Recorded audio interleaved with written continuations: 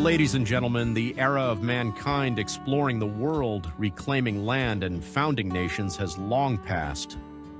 Today, with every inch of land considered as precious as gold, you might think there are no longer any unclaimed territories to settle and declare as your own.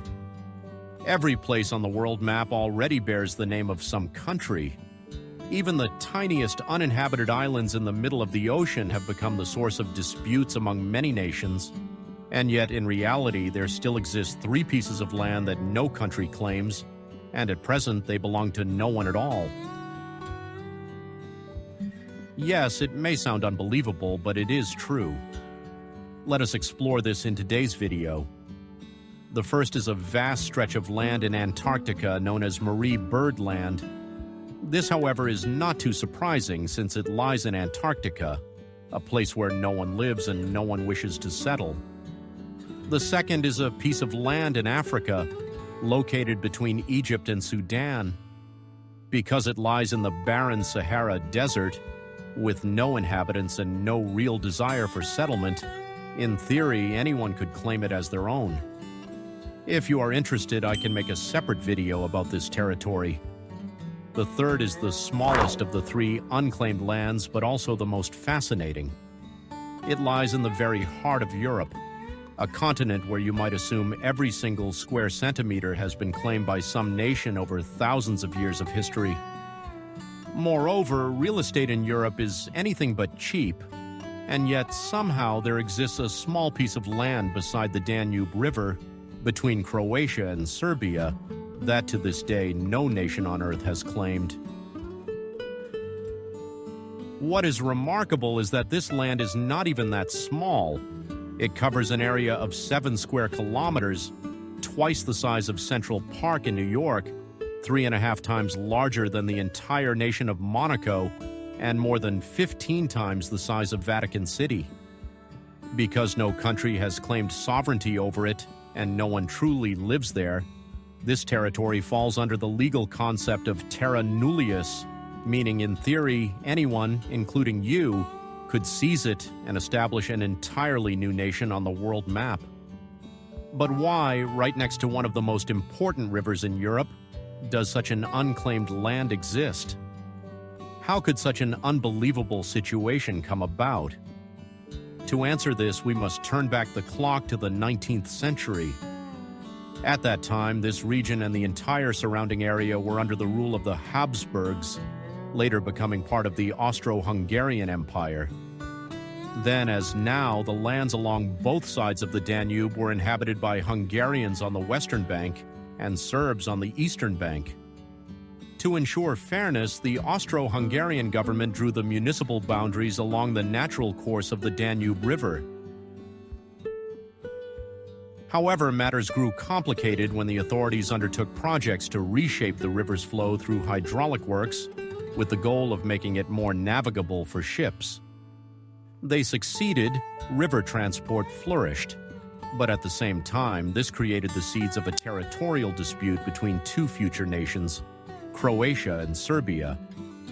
After the First World War, the Austro-Hungarian Empire collapsed, and both Croatia and Serbia became part of Yugoslavia. Yet by the 1990s, Yugoslavia itself disintegrated. For the first time in centuries, Croatia and Serbia found themselves as completely separate, independent states.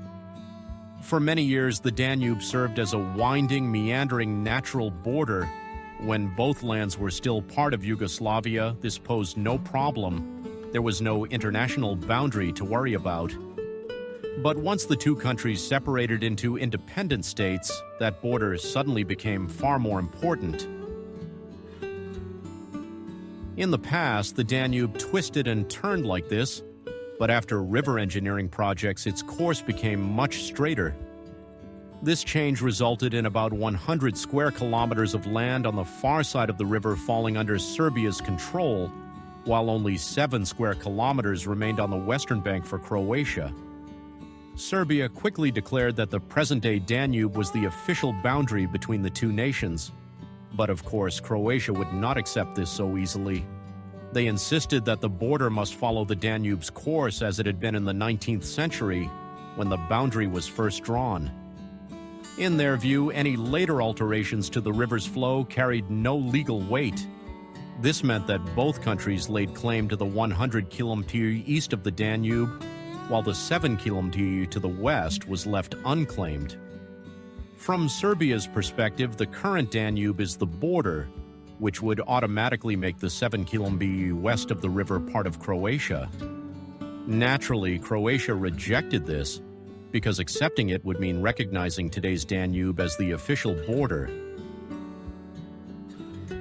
Between 100 km and 7 km, it's obvious which option is more desirable, and so neither nation chose to claim the smaller strip of land. This area came to be known as Liberland, an unclaimed territory right in the heart of Europe. At this point, many of you might be thinking you could simply go there and establish your own country, but unfortunately, this idea is nearly impossible in practice. The land floods regularly during the rainy season, and there is absolutely no infrastructure, no electricity, no roads, no schools, no facilities of any kind. Building homes there would be extremely difficult. On top of that, the area is heavily patrolled by both Croatian and Serbian forces. Anyone attempting to enter without authorization is immediately arrested. While neither nation officially claims the land, they strongly oppose anyone else trying to. Still, what was bound to happen eventually did. In the summer of 2015, a man from the Czech Republic named Vít Jedlička declared himself the president of this territory. Together with a few companions, he raised a flag on Google Maps, held a symbolic election with 3 participants, and christened the land Liberland. Jedlička was arrested multiple times by Croatian authorities for attempting to set foot on Liberland, but was always released afterward. Since then, the so-called nation of Liberland has attracted more than 600,000 online applications for citizenship, along with a large sum of donations from freedom enthusiasts. Jedlička even had diplomatic passports printed, designed a national flag, anthem, currency, and declared Czech as the official language. According to President Jedlička, the country has filed applications with international authorities in an attempt to gain recognition as an independent state on the map of Europe, while also seeking to establish relations with other nations across the continent. They even submitted an application to join the European Union, EU, with the ambition of becoming the 28th member, taking the spot left vacant by the United Kingdom after Brexit. However, there is one major problem. So far, not a single citizen, not even the self-proclaimed president himself, has been able to set foot in Liberland legally. Everything remains only on paper. Both Croatia and Serbia have stated that they will not recognize any individual or entity claiming this territory, as they consider it to be land still under dispute between the two countries. In their view, it can only belong to one of them once the case is settled by an international court. Yet, due to the complexities of history, no international tribunal has ever taken up this dispute. The two nations refuse to claim it themselves, but also prevent anyone else from doing so. A true paradox. Have you ever seen such an absurd situation in real life? If you were an international judge, how would you resolve this case? Share your thoughts in the comments below. You've been watching Worldview Club. Thank you for liking and supporting this video.